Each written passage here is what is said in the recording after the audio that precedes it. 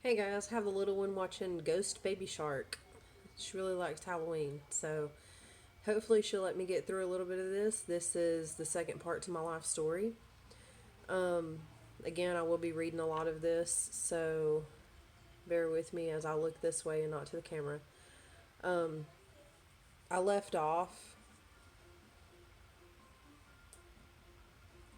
where Kroger had opened in Calhoun, and I had been given a sucker and got beaten for it and didn't really understand why whenever I looked at him for approval and whenever he smiled at me, I assumed it was okay to eat it. And it wasn't. So our elementary school put speed bumps up in the car rider lanes. It was to keep people from speeding around the school. My mom worked in the cafeteria at the school, so she brought us to and from school a lot. One day she didn't make it to work and my dad had to drop us off. I'm actually going to move the camera around a little bit. It keeps trying to slide. It wasn't sliding at first. So, okay. He believed that they were trying to spy on him, that they were trying to ruin our happy family. And he told us that we needed to come clean about all the stuff that was going on at home. I knew it was wrong, but the sexual abuse I really didn't connect that much as being wrong. It was more the beating and the verbal abuse. You know, the physical and the emotional was what really just hurt me a lot. So he said that, maybe if we came clean, that they would just leave us alone and let us be a family. And I remember looking at his eyes and seeing so much fear. He took us out of school because he was paranoid about them spying on him. And whenever I was in the third grade, my brother was in first grade. And about 3 months after not attending school, they sent an officer out to the house. They told him that it was against the law, that he was going to be in trouble if we didn't go back to school. So he sent us back to school. I was happy to be able to go back to school because I wasn't stuck inside the house with him. After we returned to school, my brother drew a picture of my dad beating my mom. And they informed DFCS, yes. And there was a caseworker named Gina that came to the school when she first talked to my brother. He thought my dad wanted us to tell the truth, so he did. And when he came home, he told my dad what he had done, and my dad was furious with all of us. He knew I was next and possibly the only one that could get him out of it, so he grilled me all night on what to say in every scenario he could have imagined and how to act. He told me I was the one that had to fix my brother's mistake if I wanted him to live. They didn't speak to me for about 3 days, so it was 3 days straight that I was up day and night. I was falling asleep in my classes. My teacher was asking me what was wrong.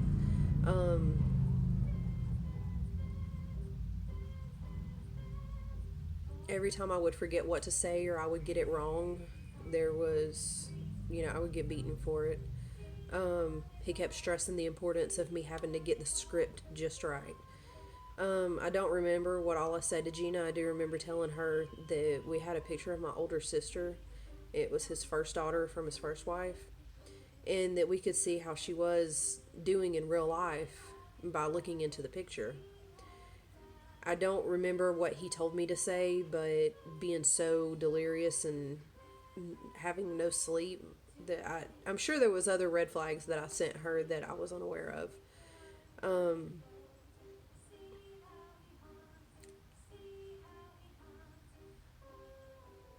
She told me that there was nothing to worry about. When I went home, I told my dad what Gina had said, and he didn't believe me. Some days later, due to my brother's confession, we were removed from the home and placed into a large group home. My mom was left in the home with my dad, and during that time, I had some of the worst nightmares I've ever had. And I was so scared. They wouldn't let me and my brother sleep in the same room. I would beg them, like, I need somebody with me, I'm scared. And they kept refusing. It was very uncomfortable. It kind of really forced me to grow up, and even though I was scared, I was still alive. And a lot of times, as a kid, you're scared of the dark. And this was like worse than being scared of the dark. This was like, these were the worst nightmares I've ever had in my life. I was so scared to get out from under the covers. I couldn't wait for night to be over just so I could be around people again. After a little while of him, hold on, let me see where I'm at. My dad was put in a mental facility not that long before us going to the group home. And he ended up, I guess, tricking several psychologists into believing that he was sane. And that's kind of scary because he was totally off the rocker. This was during the time one day he was Jesus reborn, and the next day he was the Antichrist. So there was definitely a lot going on in his mind that he didn't know how to control, and he lost all control of himself. And he took my mom initially to the mental institution, claiming that she was ill, that she was cheating on him, that she was addicted to drugs. And if it wasn't for one of the doctors who did not believe him, it would have been my mom there, and it would have been me and my brother stuck with my dad alone without anyone there to save us. But he believed my mom. My mom told him the truth, like, hey, he beats us. I don't know what's wrong with him, but something is very wrong, and nobody wants to help us anymore. So after a little while of him being in there, they felt he wasn't a threat, and they told my mom to come get him. After that, my mom had no trust in any kind of system. The shelter and the mental facility kind of did it for her. And the few times that she had went to family, she had no friends. As I said, we were very isolated. So the couple times that she had reached out to her family, help us. And I remember going to aunts and uncles' houses and her saying, I can't go back, I can't go back. And them saying, well, we don't want that here, so you're going to have to go back. So after that, she didn't try to reach out to anyone. She didn't try to get anyone's help. She didn't see the point in telling anyone anymore what was going on. After that, though, every time someone new found out, like, kind of what was going on, and it was only incidences. It wasn't my whole lifespan. It's like he was on trial for one evening. He wasn't on trial for what he put me through my entire life. And for a long time, I felt that was very unfair. Like, hey, he did more than just a little bit of child molestation and sodomy. He tortured me for the first 8 years of my life. And nobody seemed to really care about that. Anytime violence was brought up in the trial, they were like, oh, this isn't about the violence, this is about the child abuse. And getting older, reading into court cases and stuff, I understand they're going to try to put him away for whatever they can for the longest amount of time. But I feel like, too, if that would have been able to come out, it would have helped all of us understand better what kind of circumstances we were in, and understand that, maybe me and my brother did need some, like, real help besides talking to a counselor once a week. So after, like, people would find out about stuff, the threats became a lot more real. The violence became worse. We began, like, not wanting to go to sleep. We were scared to go to sleep. On visitations, whenever we were in the group home, I could see new injuries on my mom. I knew it had become even more violent and more paranoid. She would give stupid reasons as to her injuries. The people in charge of the group home, they would ask about them. I didn't understand why we had to keep doing this for my dad, keep covering up for him. I was tired of lying and trying to cover up for him all the time. It would make me so angry because there was no one at home to watch over my mom. No one was there to make sure that he didn't get too angry. My brother and I would end up getting into fights with other children after each visitation. My dad also taught me how to play mind games very well. After I would get into trouble for beating up other people or other little children in the group home, I would talk my brother into it. And I was just trying to let out my anger. And I would get out my Bible and I would quote scriptures. And I would pray out loud to God so that the people over the group home could observe me trying to be this saint. And it made me look like an innocent little girl, and maybe I was the one being bullied by the other children. I'm not sure how much of the mind games they actually bought into, but I really wasn't punished after the first couple times of me doing these Bible scriptures and praying to God, oh God, please, I don't want to be in trouble. I thought I was doing the right thing, you know. So using God as a way to manipulate people was something he obviously taught me. Took a long time to stop doing that. I think to some degree, whenever I see manipulation happening, you know, it brings back a lot of anger. And it stems from this time. It stems from me doing the same thing he did, or the same things he taught me to do. But this time I was doing it on my own. He wasn't forcing me. A couple months passed and they let us go back home with the condition that he had to give up all of his firearms. There was to be no guns in the house at all. One night he made me and my brother sleep in different rooms. And during the night he came into his room where I was at and he grabbed a hammer out of the closet, saying that he was done with all the bullshit, that he was going to end it now. I got up after him and I seen him swinging the hammer at my mom. She was jumping around on the couch, climbing onto furniture, begging him to stop. I ran back into the room.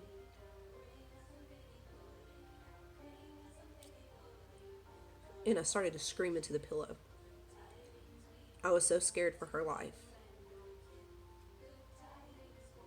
I'm sorry. Some of this stuff really gets to me. You know, so far I've been able to keep a straight face, but whenever it comes to my mom's life, you know, I actually care. You know, it's not just about me anymore. So I gathered up some courage and I started to think. And I remembered a lengthy conversation we had had earlier that day about how I shouldn't be scared of him. Instead, I should love him and respect him like all children do their fathers. I used it against him. I told him that I didn't like him, I was scared of him, and that I wanted a new dad that wasn't mean to us. I told him I was going to find a new dad and I was going to bring him home to get rid of him. A lot of times whenever things would get too bad between him and my mom, or I felt like he was lashing out too far at my brother, nobody was really saved me, I don't feel, or maybe they did and I just don't remember. But whenever he would lash out so drastically or so violently, a lot of times I would turn his rage towards me, so that way everybody else was safe and I was in his bullseye then. Probably not the most sane thing to do at 8 years old or 7 years old, or, you know, whatever age you may be, but it was the only way I could get him to stop hurting the people that I loved. A few days after that, we were looking for caves. While in one, he took the flashlights and wanted to play a game to see if we could find him. Hide and go seek in a really dark cave. In this cave, I've never seen dark that dark. You could put your hand right up to your face and you could not see it. Without the light, we couldn't move. Finally, he reappeared and he was saying that we were being crybabies and that we were no fun. After we made it out of the cave, he claimed to have dropped a screwdriver. He said my mom and him had to go back to get it. That he wasn't leaving it behind. It was too expensive. I didn't understand why we needed to look for a cave at that time. Me and my brother sat at the entrance and we were talking. I didn't understand, you know, why all this was happening, and I asked him, you know, what do you think about this?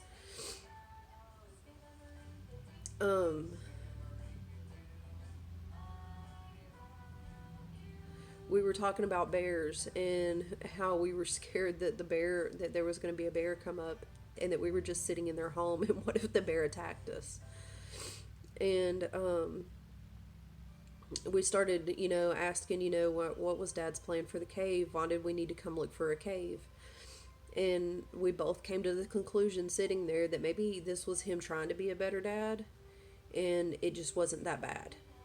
A couple days later, he sat in a chair at the kitchen table with his revolver spinning around and around on the table. He had us in a line from oldest to youngest, and starting with my mom, then it was me, then it was my brother. And he said that he had to kill my mom, that she was a scarlet, she was a whore, that she's cheated, and that because I was just like her, I had to be killed. And he said because my mom would be dead and I would be dead, he would have to kill my little brother because he's carrying the same unclean bloodline. He told us the cave that we had visited, that would be our new homes, and after he killed us, he would put us in there, and nobody would ever know where we were at. That he was going to tell the authorities that my mom's boyfriend had killed or had taken us away, and that he knows nothing. Whenever we got back home, I had a dream that he was going to kill my mother if I didn't tell on him. 2 nights later, my brother and I were laying in the bed, and we heard a gunshot. I immediately broke.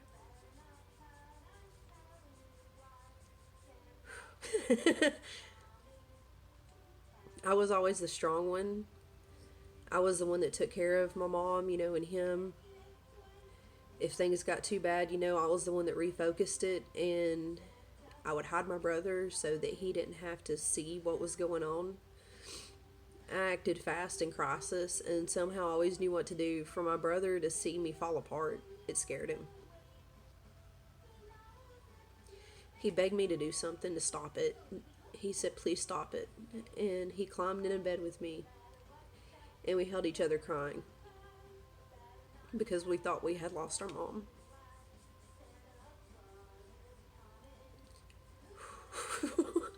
I'm trying so hard not to cry. When we heard her voice, I was too scared to go see if she was hurt. I just laid there holding my brother, praying to God that what I was fearing wasn't reality. Eventually, my parents started talking again. We didn't hear screams like someone had been shot. I prayed to God that night.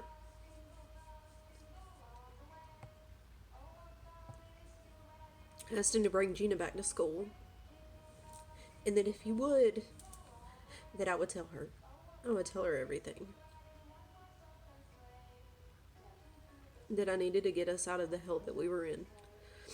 Some nights, I would crawl up under my bed and sleep up under the headboard because I was scared he might come in and kill me in my sleep, like he had promised me so many times. Before lunch the next day at school, I was called to the school counselor's office. I knew Gina was back. She told me she wanted to check in on me and to make sure everything was okay. She told me she felt I had a lot to tell her.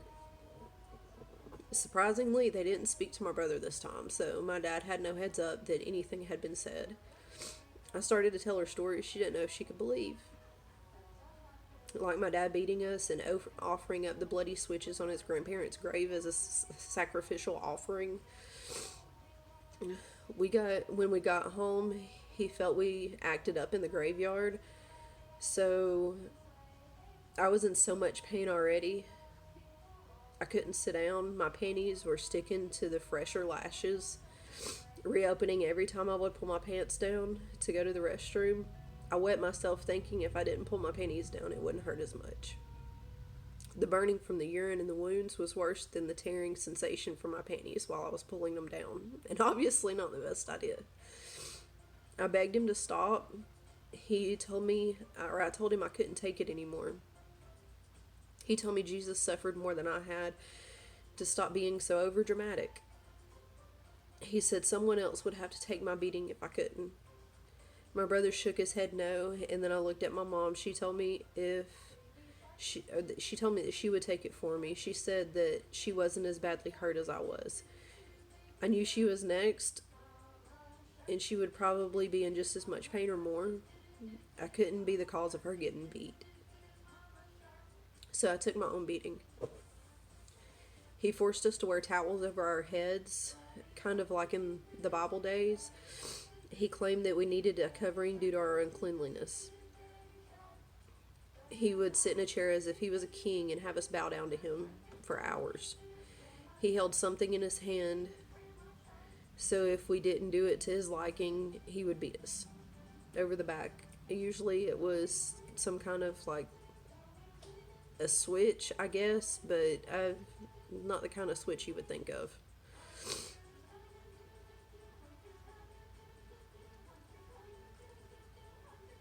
I told her about getting beat. I hadn't gotten because my dad told us to put our heads down and not to look up to see where we were going. And one time we were in a truck, or in his truck, and he told us not to look, and that if we looked, that we would have to pay. My brother and I, we were little, and whenever my brother, he went over, I guess he went over a speed bump or something. It was a very bumpy ride. It was out in a field,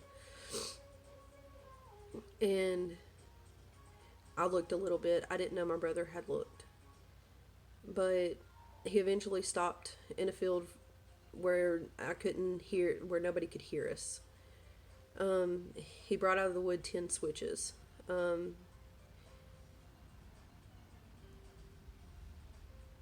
He told us they were to beat us with until nothing was left. For a while, every day, I would go to the office and I would meet with Gina and tell her what was happening every night, every weekend, and things that I could remember from the past.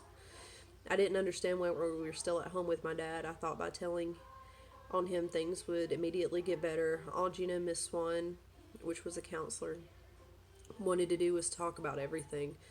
They never really came out and asked me questions. It was more of what I felt comfortable talking about.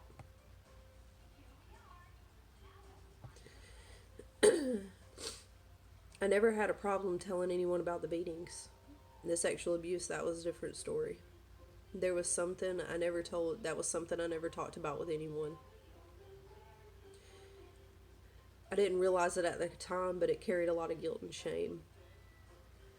I often looked at other kids and wondered why, if their parents had sex with them too, if they knew the things I knew. I was too shy and embarrassed to come right out and ask anyone. When I was in kindergarten, kids would talk about sex. I thought maybe I wasn't the only one. It didn't take long to realize they knew nothing about the act of sex, they only knew what the word was. I started to notice I was very different from everyone else. And we're at 22 and a half minutes. I've already teared up a bunch. So I'm going to cut it off. I hope y'all have a good day.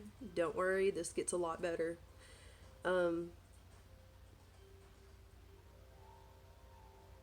One thing about being in the dark, or whenever you feel like you're in the dark, the light's just on the other side.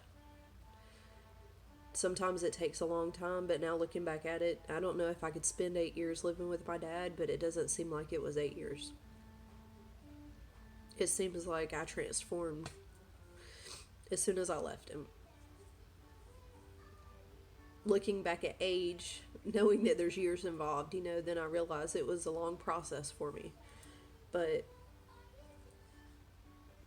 definitely, if you're going through anything like this, you need to seek counselors. You need to get in touch with DFACS. Moms, if you're letting somebody treat you like this, or you're letting somebody treat your kids like this, you can go to prison. Don't go to prison. Be a mom.